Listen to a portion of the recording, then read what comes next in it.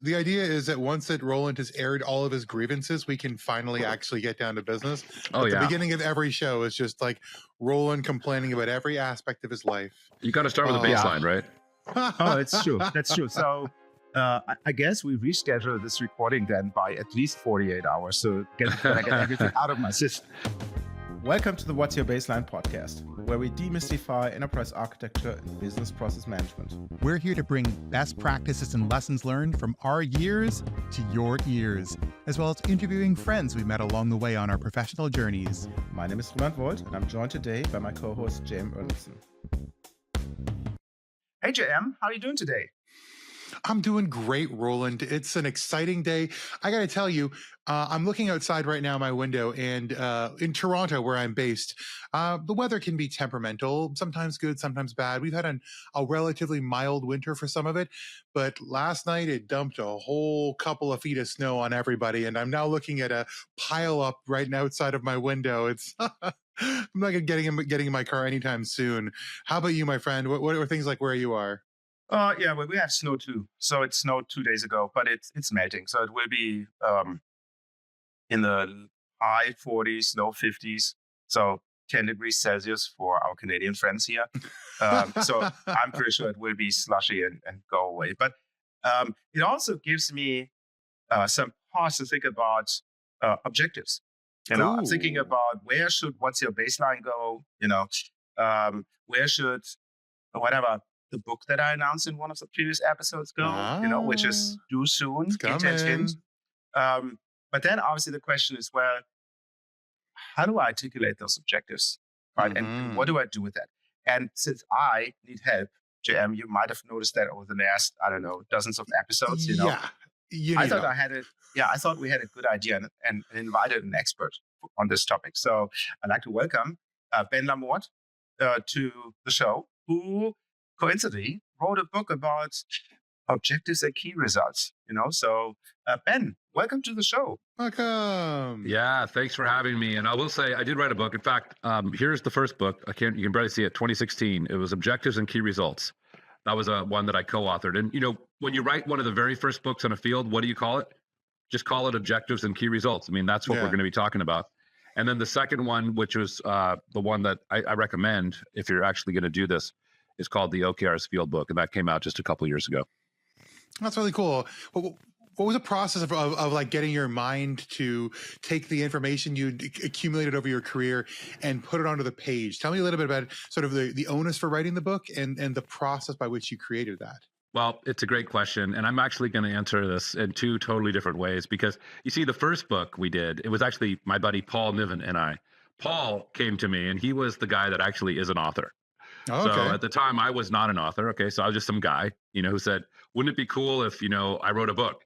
Because I feel like I know a lot about this OKRs, right, objectives and key results thing. And I was still early in my career. I probably had been doing it for 4 years, roughly, right? So I was starting to sort of understand what I knew and kind of understand what I didn't know, but I wasn't always right. But I was at a point where it was a really hot growing field, and we could tell that OKRs was really going to take off. It was so valuable, the work I was doing. So, and Paul, he was a balanced scorecard expert. So like I said, he had written something like 6 or 7 books already.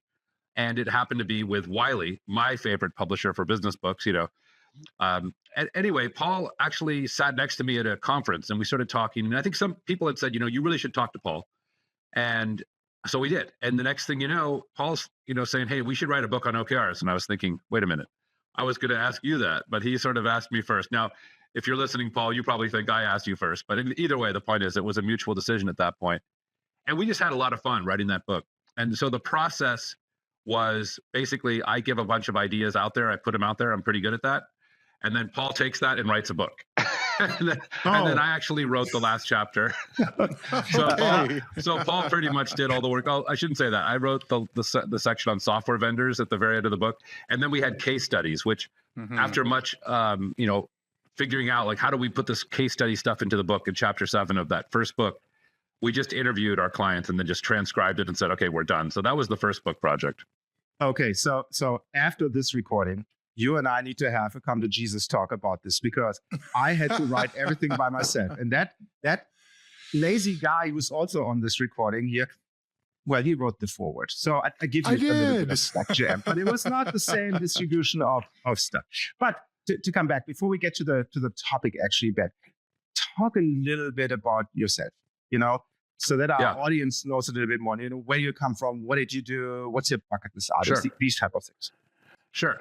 Yeah. So I came out of school in engineering. And so therefore, when I went into management consulting, because at the time, actually, I graduated from Stanford in the master's in management science and engineering. So it was kind of engineering. I started in mechanical, but this was engineering for people that realized they don't want to just install pipes and measure, heat loss and things like that. I did all that in school, and I realized, wait a minute, there's got to be something more to life. I want to work more with people.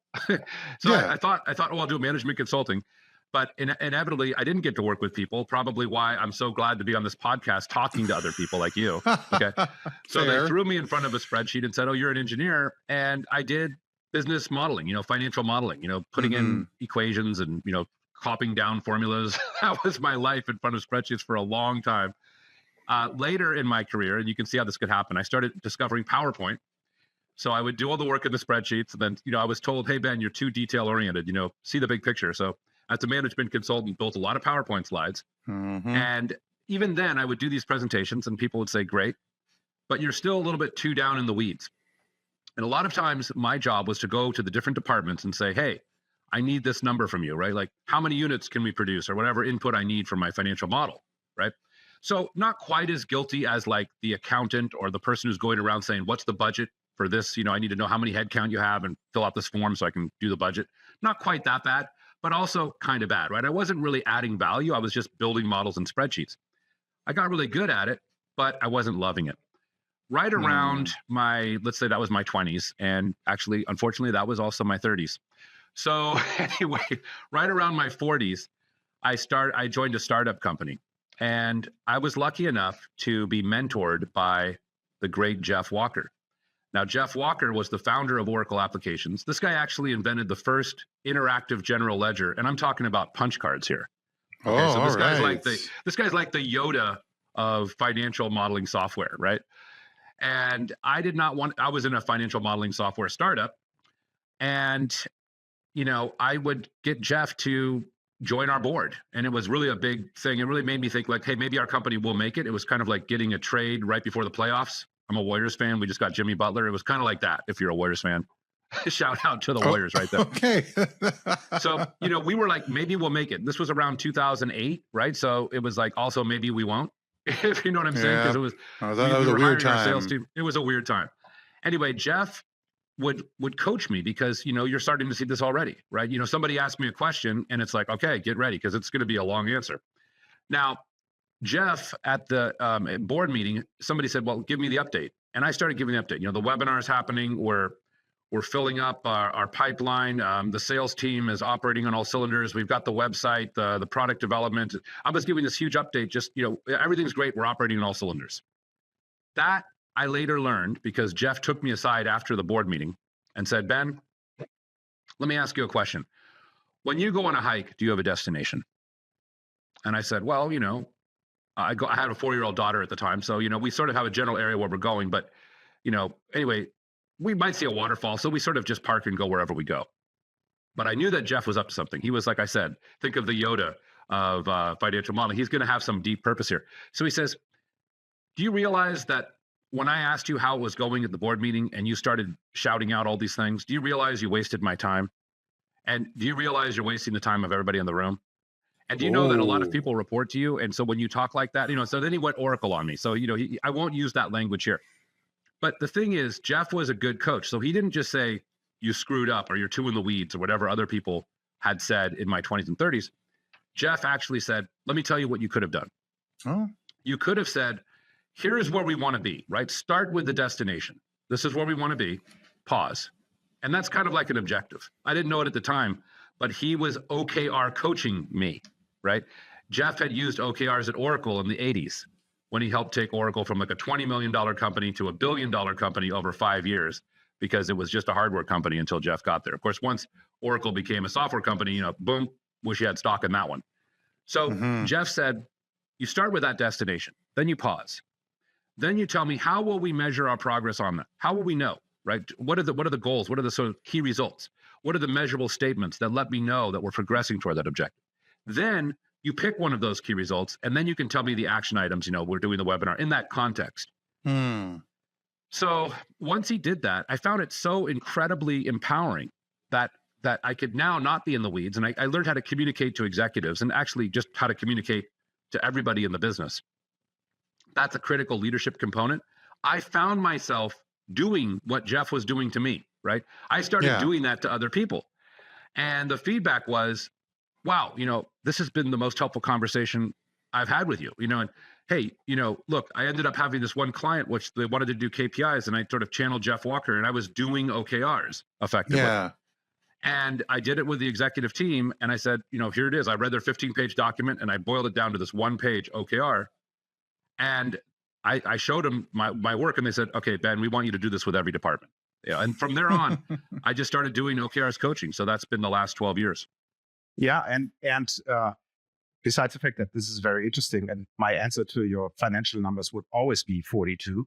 But that's a side topic. But for those listeners who have not heard about OKRs, and you used the words already, can you give us a very short introduction into what it is? Because obviously businesses and enterprises have set objectives for forever, right? So what is the difference to, oh yeah, this is my plan for world domination, compared to an actionable OKR? Right. So yeah, if you go back to my story, right, the objective is, where do we want to focus on to make improvement? And this whole OKRs thing starts in the 1970s with Andy Grove at Intel. And if you might be familiar with MBOs, management by objectives, it's loosely based on that. Then it expands. And really with OKRs, what we've seen is it's not just like, here it is, here's the objective, here's the key result, right? It's that conversation that I was having with Jeff Walker. And there's some layers to it, right? So OKRs is really more of a verb than a noun. You can think of the noun form of OKRs as simply, hey, here's the objective. So here's a statement, right? Qualitative statement of where do we want to focus on improving. And this is like hand waving. You hear leaders talk like this all the time. Hey, we want to improve product X, or hey, we want to, expand to international markets or whatever. So they come up with an objective statement. Then we talk about why is that so important right now? A couple bullet points. Then we go into the key results. And the key results are how do we know we've achieved or made progress on that objective by the end of the fill in the blank, typically a quarter, maybe 6 months, but a short period. Now I pause here because think about it, right? So many people have long-term 5-year plans, and so many people have 1 week or 2 week sprints or whatever, they're quick things that they got to get done in the next couple weeks, right? OKRs live in the middle. And it's not an area where we're very good at planning. We're pretty good at saying this week I'm going to do this, or in the next 10 years, I want to be, blah, blah, blah with my hand waving. I'm going to have 10,000 customers and we'll be in 40 markets. So sure. But what about in the next 3 to 6 months? How will we measure our progress? And that's really where these OKRs come into play. Now, what I want to emphasize is OKRs, it's a great question, Roland, because it's not just, here it is, the OKRs, my goal set. I've put it in the system and now we're going to go execute. It's actually a verb. So when you're doing OKRs, I define it as a critical thinking framework, right? That means you're asking a set of questions. Now, to oversimplify, I'm going to give you the 3 questions that you ask. And if you're asking these 3 questions, effectively, you're doing OKRs. So the first question is the fundamental objective question. What is the critical area to focus on improving now and why? So notice it's a focused area for improvement. So it's not what are we going to do, right? It's what do we need to focus on improving now and why? And this is a focus for making measurable progress. Then we talk about the next question, right? The key result question. How will we know we've achieved that objective? Or how will we measure our progress by the end of this 3-month, 4-month, 6-month period? That's the second question. The third question is, what is the intended outcome of the task? Now, the reason why that's the third question is, and I'm going to give you a quick example of this. Our brains work this way. We say, oh, the objective is improve the website. The key result is launch the blog. And here's the problem. Launch the blog is not a result. Okay, this is something that our brains don't quite get at first. Yeah, right? It's an activity. I'm going to go launch the blog. If I launch the blog, so what? The third question is, what is the intended outcome of launching the blog? And I got to tell you, this is the magic question that if you take nothing away from this podcast episode, right, Roland, except for this, ask this single question: what is the intended outcome of the task?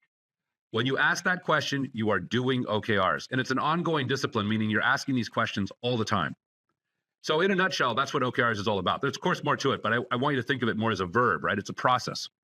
Oh, I agree with that. But that's also interesting because the first thought that I had when you said, okay, what's the why behind it?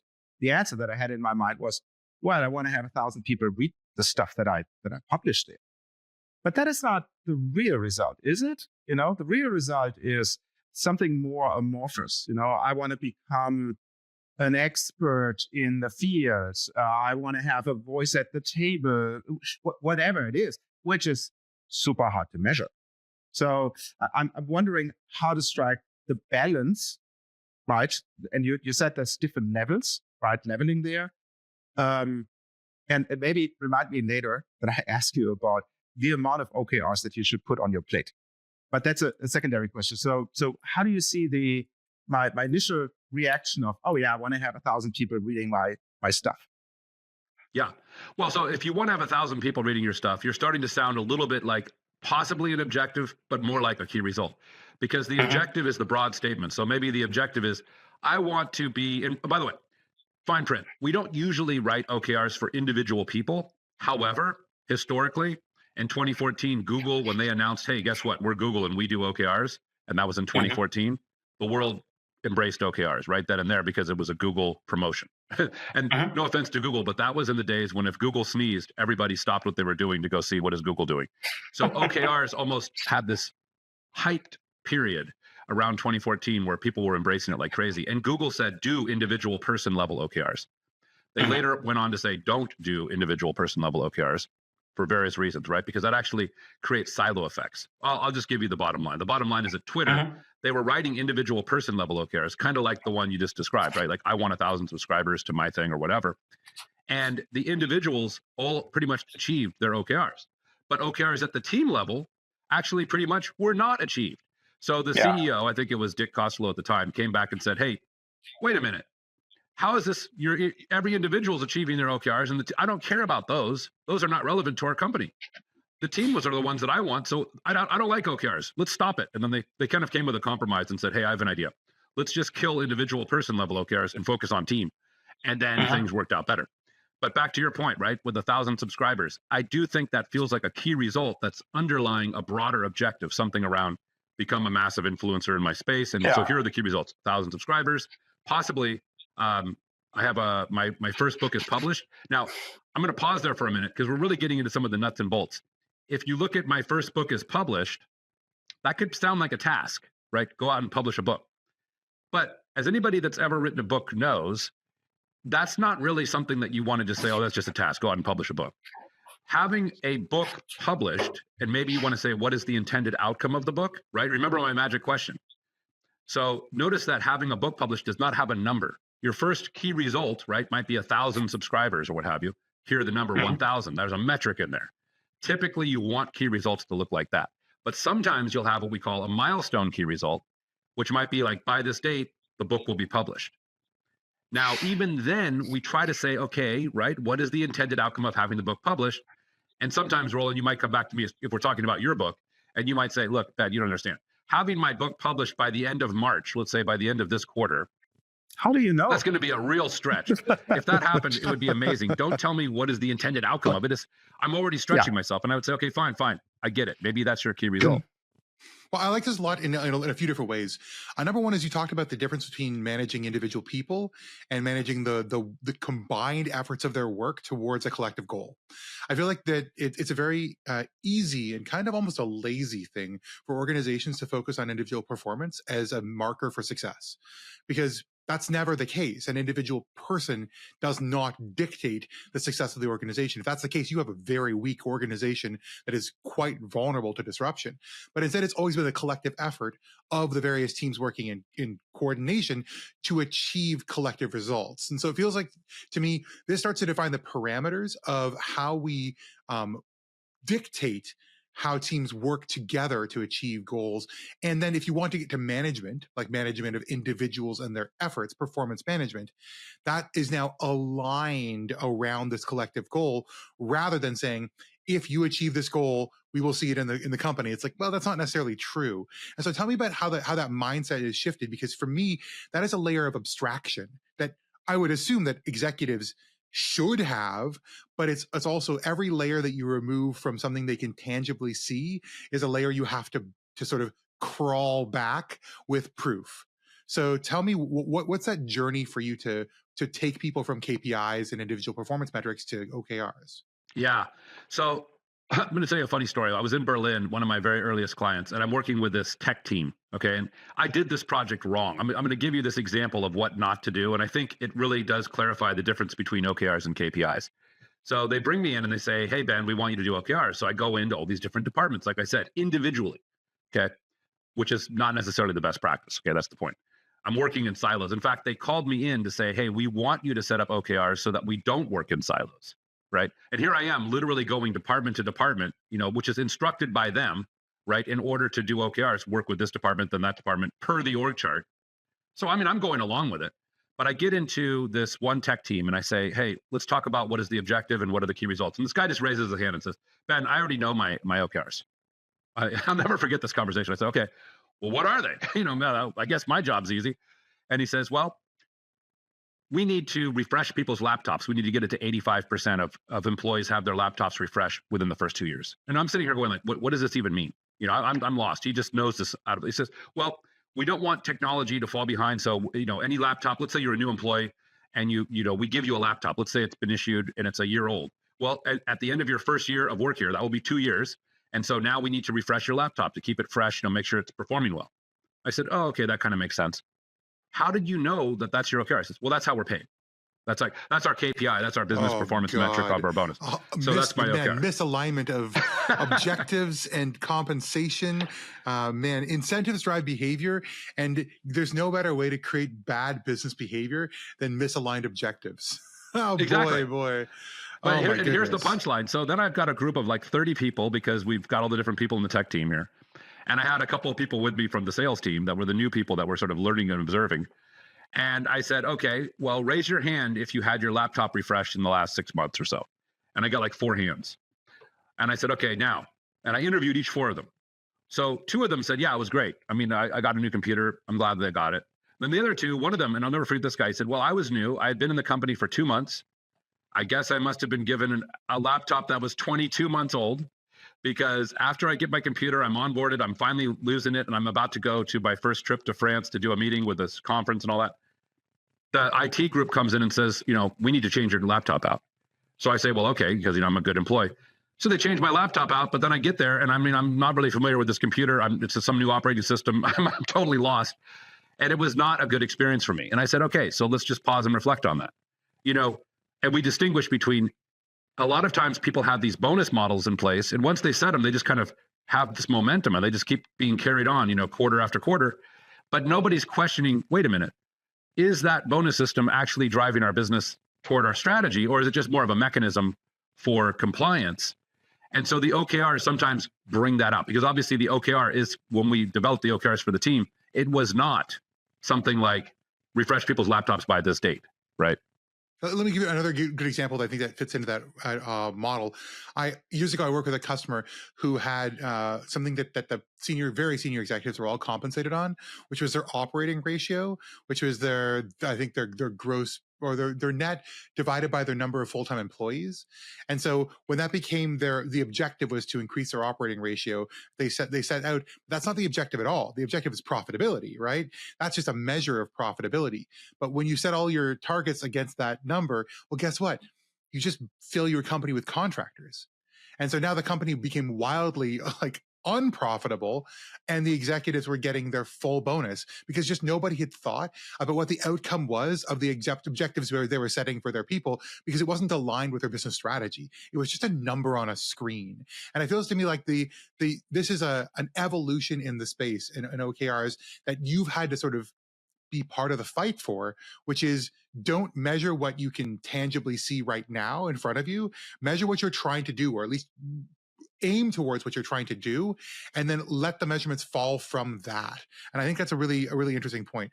I wanted to note that this is a great place for us to take a brief break, because we're starting to get into the nuts and bolts of OKRs, and I really want to spend some time helping our audience understand how to set this up and get the practice of implementing OKRs, living that life, like doing the verb that is OKRing to the organization they work with. So I'll leave us for a brief question or two for the audience to think about while we take a musical break. Talk about getting excited about OKRs. First, let's think about what we do today. How are you measured today in your organization?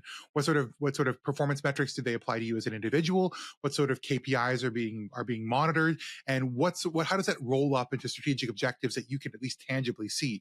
Or does it not? Think about how that makes you feel as an employee, and how that motivates or demotivates you to work towards a collective goal. We'll leave you for a moment and come back with our second section, the how.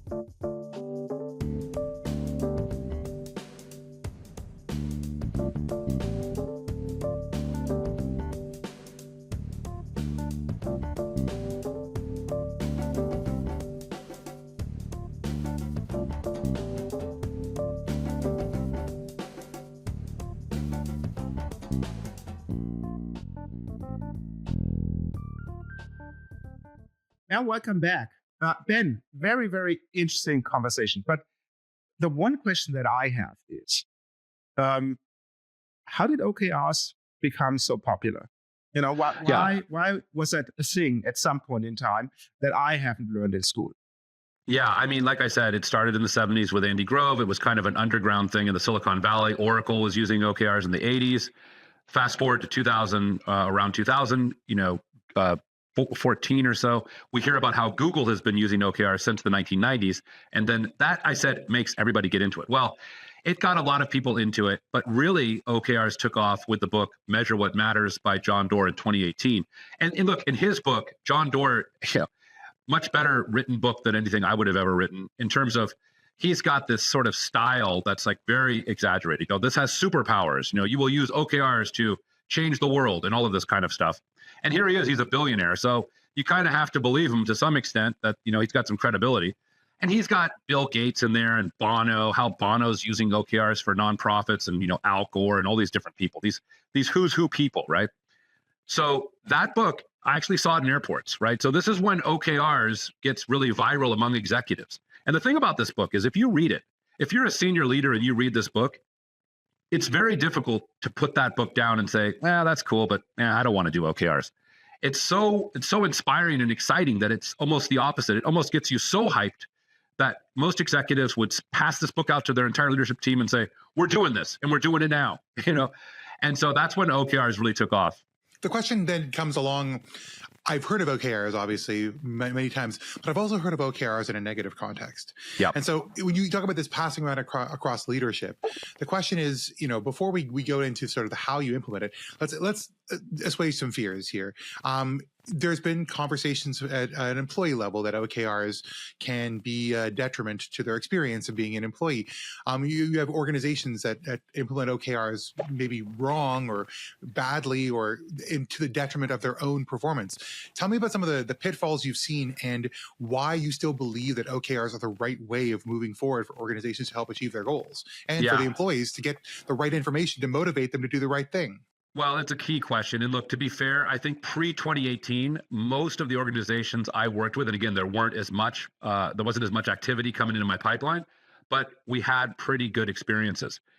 After 2018, I started getting a new type of inbound lead. And that was, hey, Ben, we tried to do OKRs. It didn't go so well. We need your help. And I would say, really, what went wrong? And they said, well, my leadership team read Measure What Matters. They spread it around. But then they said, hey, you, middle manager, right? Or, agile coach or chief of staff or PMO person or whoever you are, not senior leadership person, right? Hey, you, go implement OKRs. And I want you to do it across our organization. I want every team setting OKRs. Let's get this going. This is hot, right? Now, when a leader comes to you and says that, you're like, okay, I guess you told me to do it. I'm going to go implement it. And the book Measure What Matters, I'm sorry to say, Mr. Doerr, it's a great book. It gets you hyped about OKRs, but it left your readers with pretty much no idea how to implement OKRs. And so what happens is And that's why I wrote this book, the OKRs Field Book, right? This is the how-to. But they would come to me, and usually the presenting problem would be, Ben, we need your help. And I would say, okay, why? We have too many OKRs. And they would show me some spreadsheet, right? And this is the They went irony. overboard, yeah. Right, like we're doing OKRs. Why are we doing it? To help us focus. Okay, let me All see the your way. OKRs. And then they show me the spreadsheet, and we're like on row 3,000. And I'm sitting here going, oh boy, okay, because I am feeling so unfocused and I'm feeling so overwhelmed, like I'm feeling viscerally uncomfortable as you're showing me these OKRs. The idea is to focus on the vital few, right? What is the objective? What are the key results? And oh, by the way, can we start by doing this at the top level or at a single level, even if it's not the CEO office here, right? The company level. Maybe we pick one business unit or one product launch or something where we can just set OKRs at a single point, right? So we have, these are the OKRs for this, as opposed to there's OKRs all over the place. Let's see how it goes. And I call that the crawl, walk, run approach. So you really have to first pilot. It's like any other change initiative, right? You don't just, let's do it. You have to win in a small space first. Typically it is the top level of the company. And then we begin to explore using OKRs at other levels. And so many of the organizations that approached me just had way too many OKRs. And I think I mentioned it earlier, but they wrote their OKRs as outputs, right? Action items, tasks, right? So you have all these to-do lists. Again, I saw a key result in one of these things. Bring flowers to the new employee reception. That was a key result. I mean, just stop and think about this. If that's a key result, well, I guess everything's a key result because you're just listing all the things we're going to do. So I would work with these organizations that just had too many OKRs that looked like tasks. And I think those are the two big problems that came into play. Yeah, I also, in a previous life, I was part of the executive leadership team of a software company. And they did exactly what you just described. They handed it down to a director, oh yeah, go read up on OKRs. We're going to do that. And then we subscribed to a very expensive tracking tool and whatnot, right? And then every quarter it was the same thing, like, yeah, did we accomplish this? And then there was some creative interpretation and some people just refused to do it. And it was just like, okay, somebody said, that's a good idea, let's do it. But nobody wanted it and it wasn't done right. So it was a really negative experience in my experience. Maybe the guy who was behind it saw it differently, but I didn't like it. So what would be, when you think about implementing OKRs, what would be your tips and tricks? And I heard you wrote the field book about it. How should one approach then to do it right so that they don't have the bad experience that I had, where it was just a chore? Oh yeah, we need to track that track. Yeah. Well, and I think I would say in the field book, if you do read it, you'll see that it came out relatively recently. So this was well after I had done 100 projects, right? And I think when I started working on it, I realized, I think earlier I mentioned in my earlier part of the career with that first book, it was like, okay, I know what I know, kind of, and I sort of don't know certain things, kind of, but I'm not really sure, but let's write a book. I mean, really, I'm sorry if you read the 2016 book, but that's the truth. In 2022, I had enough experiences to where I was pretty sure, okay, wait, this is what works. And you know what? This is what doesn't work. And I there were still some gray areas out there. There still are. There always will be. But I said, look, I got to put this down in writing because I don't want other people to fail like I did. And I want them to learn from my mistakes. So I did that. And I came up with this 3-phased approach. And this is really the key. If you're an OKRs coach, whether you have a client that you're trying to help to do OKRs, or maybe you're an internal coach. And oh, by the way, we're seeing much more internal coach models because there's so many people that have used OKRs in one organization, then they move to a different company and they find other people that have used OKRs, right? It's got a little bit of a snowball effect. Spoiler alert, that means nobody wants to hire people like me, right? Because they're like, well, we'll just do it internally. So I was like, look, yeah. We don't need any perspective or distance from this. We can just take the people who already are ingrained and have them take an objective look. Well, it is true. It is true. Actually, these they still benefit from an external coach. Okay, fine print. But I will say though that you do need to have that internal coach expertise. And so what happens is, I wrote this book for those people, right? Not for the executive team who is already hyped about OKRs. So this field book really doesn't get into, let me tell you why you should do OKRs. It's not a sales pitch. It jumps into, okay, so we're doing OKRs. Okay, first of all, let's ask ourselves, why are we doing it? What is the goal here of our OKRs program? Is it focused? Because if it is, please don't write a list of 4,000 key results. If it's going to be focused, let's have a very small set of OKRs. If it's going to be alignment, let's write cross-functional OKRs. Okay, I'll pause there and just explain. the company should not have 4 objectives. Here's the objective for HR, be a great place to work. Here's the objective for product, launch amazing products. Here's the objective for, sales, achieve our revenue goals, right? I've seen the objectives look a little bit like that, okay? So in other words, unless it's my turn, I don't care, let them talk. I'm going to go back and check my email and stuff like that. Oh, it's our turn. I'm going to talk about the products and innovation. Okay, we better pay attention now. All the engineers set up. That's a way of using OKRs to actually reinforce silo effects. So, understanding why we're doing OKRs can be very critical before we go too far down the process. Then we have our 3 phases, okay? The first is deployment parameters. Fancy way, because I said I did engineering, right? But this is a fancy way of saying, what are the answers to the questions we need to put in place before we roll out OKRs? Think of this as your foundation, right? Your FAQs. So it's everything from how many OKRs will we set? What teams will be setting OKRs?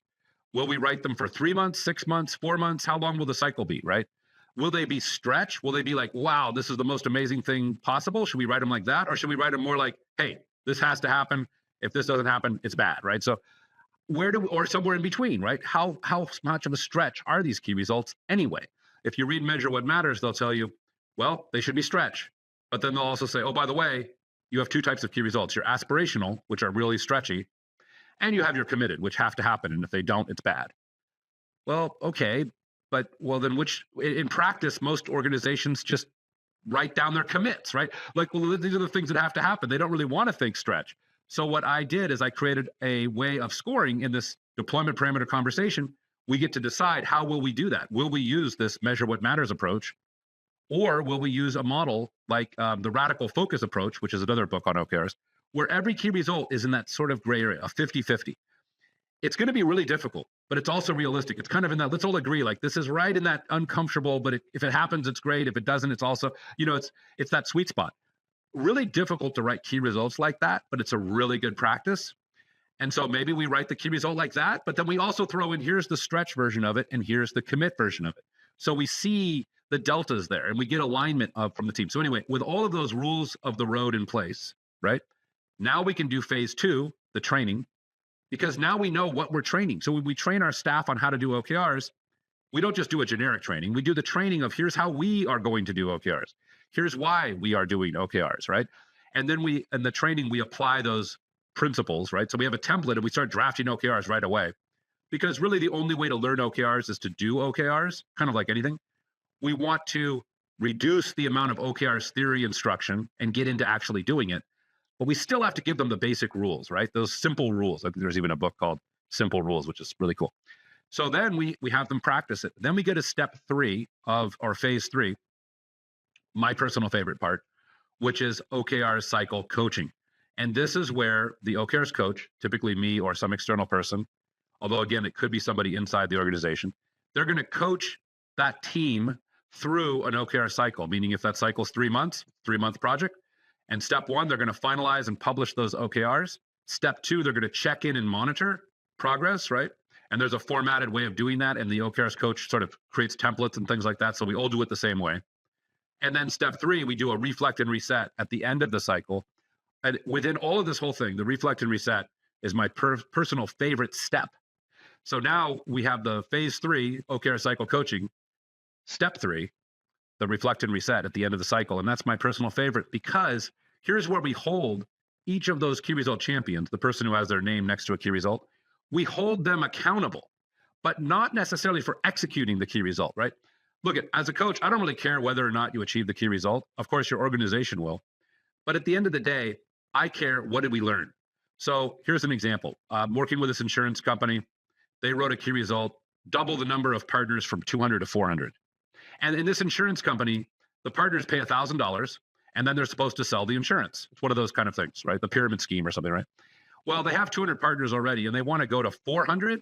I'm thinking that's pretty aspirational. And they say, Ben, you don't understand. We've got plans to go to 500. I think 400 is a commitment. We're going to double it to 400. And everybody's aligned. They're like, yeah, we're going to do this. No problem, 400. Okay, well, we'll write a key result. Target is, 500. The stretch is 600, and we're going to commit to 400. And I'm sitting here going, that's a lot of partners, $200,000 in new partner signups. I'm like, wow. Midway through the cycle, I'll never forget this call. I check in with them and I say, how are we doing? And they say, well, we are at 250. 250. I'm looking at linear math, right? I'm like, we're halfway through the period. You said we're committing to getting to 400. We're at 250. I don't know. Are we on track? And they say, no. We're 0% confident that we can achieve this key result. And I said, oh, wow, that's bad. And they said, no. Well, no. It's good. And they were even telling me, remember, we're supposed to learn, right? It's just 3 months. I mean, we stopped. We're not even working on this key result anymore. I'm like, okay, wait a minute. So what did we learn? And they said, Ben, here's what we learned. These partners need more handholding. You can't just get a whole bunch of partners. Even though they pay $1,000, here's what's happening. Almost none of them are doing any sales. And so we're getting partners, but they're not good partners. We want more good partners. And by the way, this is what happens so often in OKRs. We don't want quantity. We don't want more of something. We want better. The problem is better is harder to measure, right? It's much easier to say, give me more mobile app downloads or give me more visits on my website. Like we track all these things. Let's see the graph go up, right? But the question is, so what? Is that even helping us? So they had that insight. And then I said, okay, well, so what are we going to write? Well, we need to write a key result for this next cycle. We're going to take what we've learned and apply that learning into the next cycle. And this is really the exciting part for me. I'm saying, wow, we're getting better at measuring what matters, right? As opposed to just measuring stuff that we can see it go up. And they said, well, we need more good partners. I said, well, what is a good partner? And they said, we're glad you asked. We did some data analysis on this. What we found is partners who sell 3 certificates in the first month tend to be the partners that 80% of those partners continue to be excellent partners. Wow. Okay. So we should write a key result, increase the number of partners who sell 3 certificates in the first month from whatever to whatever, right? And now we're focused on not just getting partners. We're saying, hey, I don't think we should partner with those guys. Let's not even bother. Let's go with this guy. These guys are the good ones, because then we can direct our resources to do hand-holding to make sure they're successful. And then they ended up really moving the needle in the next cycle. They got 40 partners, which wasn't even that many. But guess what? 30 of those 40 partners sold 3 certificates in the first month, and now they were off to the races. So that's the story of how the OKRs project works, sort of end to end, from the phase 1, phase 2, phase 3, all the way to the cycle. It sounds to me like this is intended to be cyclical. You're not doing this once, you're doing this over and over again. And in some ways, it feels like failure is almost a benefit. Like you're seeing people struggle with this. And as a result, they're taking that as an organizational learning that would have been great up front, something you should have let me know yesterday, but it's okay if you don't. It's because we're looking to use these shorter cycles, because, I know 3 months sounds like a long time to people who aren't part of this world, but 3 months is nothing. It goes by real quick. You can use that to spur on the next level of development. And you're looking at these short stints that lead you to an organizational learning that allows you to align with what the actual objectives should be, rather than what's the easiest thing to measure. Because I think that's where KPIs often kind of fall short, is you're measuring the based off the data you have, which is not what you actually want to measure and not what your objectives are. Yeah, I think the big challenge is the longer term perspective. I can see how you're busy in that, and I can see how you do the learning and all the stuff that you just said. But how do I, as the person who just gets started with that, identify what the real thing is? How do I bring in things like, well, I want to grow my company, or I want to out-innovate my competition, or I want to build the best thing since sliced bread? How do I bring that into that OKR framework, which by definition has shorter cycles and shorter terms and smaller increments, if you will? So how do you reconcile that? And how do you find those bigger milestones? Is it just buying an economy textbook and say, oh, if Apple did it or Google did it, it's good enough for me? So how do you resolve that tension? I'll give you an example. So back to my very first OKR project, where I literally was told to do KPIs. But then I was also told, whatever you do, don't brainstorm the KPIs, because we already did that. And oh, by the way, I was not a KPI analyst. I had just lost my job and I was looking for work. So my buddy said, hey, come out to the East Coast. We got the software company I'm working at. I'm the CIO. I've got budget. Just say you're a KPI analyst and they'll love you. So that was a kind of a difficult time for me, because I'll never forget it. I'm on the plane going over to meet the software company, meet with the CEO. And I have no idea really how to do KPI analysis. And also I'm more of a futuristic kind of a guy. My financial models were always predicting the future, as opposed to looking at the past and analyzing KPI performances. But what did I do? I did OKRs because that was what Jeff Walker had taught me. So I read their 15-page strategy document, and they had, improve our customer retention, and they were selling to teachers. So they were going to try to have better teacher relationships and things like that. And it looked pretty solid. And then they had something like, grow the, whatever it was, our employees' satisfaction, something like that. And then there was this fourth objective, which sounded like grow international. And I saw all these little hints about we want to expand into these international markets. But when I translated their 15-page document into their OKRs, I was able to write an objective for teachers and things like that. Okay. I had really good key results for those in their document. So I kind of understood what they were talking about, right? It wasn't just hand waving. With international, it felt like hand waving. I couldn't see what was the actual measurable key result. They were talking about Australia. They were talking about Singapore. They were talking about these things. But I mean, so what, right? What does that mean? So I went up to them and I presented this thing and I said, hey, so it sounds like I read your 15 pages. It's, it was kind of, it seems like there was like the Bible. There were multiple authors. Okay. They had different people writing this thing. I wasn't sure what was going on. And they said, yeah, we get that feedback sometimes. So I said, here's what I did. I converted it into what I understood as sort of the KPIs. I use that word KPIs because that's what they were hiring me for. Spoiler alert, it was actually OKRs. And I said, I've organized this into the following way. Like the objective is this, improve our quality with teachers. Here are the key results. And like, okay, that looks pretty good. Then I showed them the international. The objective is this, but I couldn't find any key results. And I'll never forget this. They said, Ben, can you leave the room? Now, I had just been effectively let go from a company that was downsizing right before this. So here I was, trying to find any project I could get. And this guy, my buddy was sort of saying, you can do this, even though you're not a KPI analyst. And I'm like, still recovering from being let go. And so the CEO says, and he's with his buddy, and he says, yeah, can you leave the room? And I'm like, oh God, this is it. I'm going to get fired. I just got here. I got off the plane. I showed them this thing and they're going to be like, you're terminated.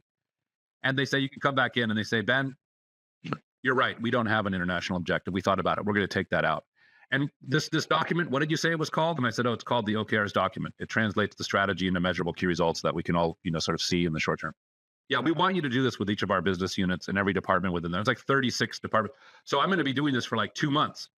And that was also an indicator, right? That you can take the objectives, which seem fuzzy. I was asking them those very questions, right? Roland, like, look, why is the objective that, right? I'm challenging them. Yeah. Why do we want to get into the cloud? You're saying we want to shift our business into the cloud. That's the objective. But why is that important now? And then all of a sudden they're having the right conversation. Was yeah, well, wait, do we mean the public cloud? What about the enterprise people who don't want to be in the cloud? Maybe they need to be in a private cloud. And so we had to have these sort of next level discussions before we were just like increase percentage of clients in the cloud from 30% to 80%. It's not that simple. Yeah. So having that person facilitate them gets them clear on their objectives. Sometimes they have to throw it out entirely, right? Like international is not a good objective. And by the way, I was talking to some of the employees and they had been told, we're doing this international expansion. They'd heard things like Australia and Singapore, and they all had selective hearing. In the hallway, I heard them talking over coffee. I hope we do Australia because I've got some friends there and I can see myself relocating. I can see myself, they're actually spending their brain energy interpreting this strategy document, which is actually irrelevant.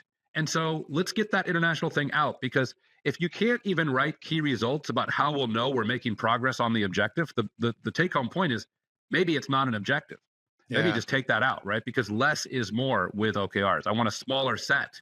The smaller in some ways, the better, because that represents that focus. But, I don't get to tell you what to focus on, right? I don't know. I don't know your business. I still have to facilitate that and get that out of you, right?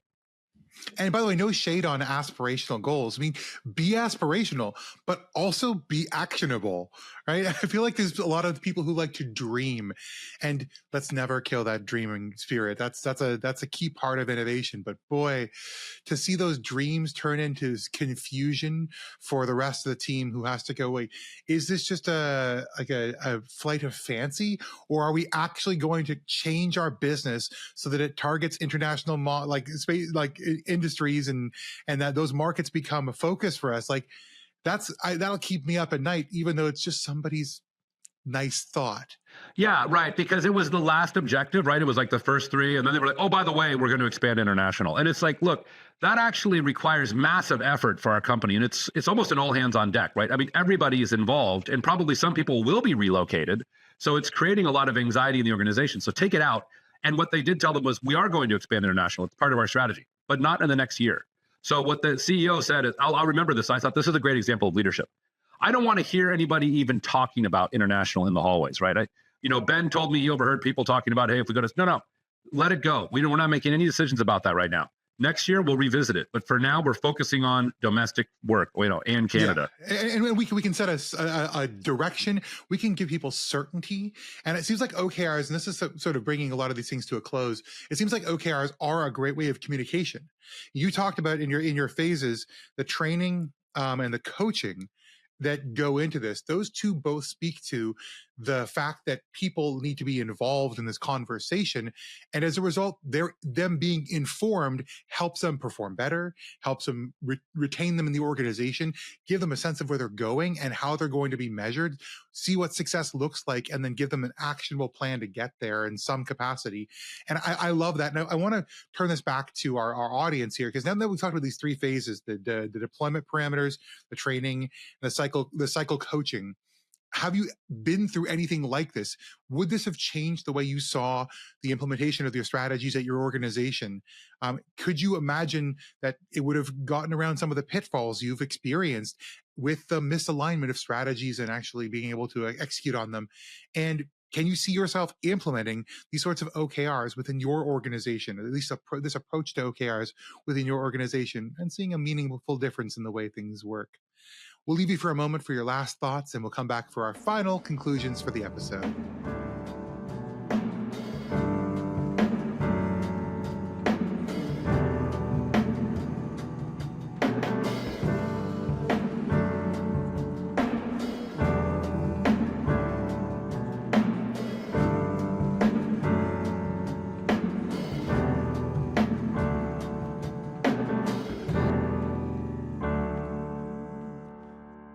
And welcome back.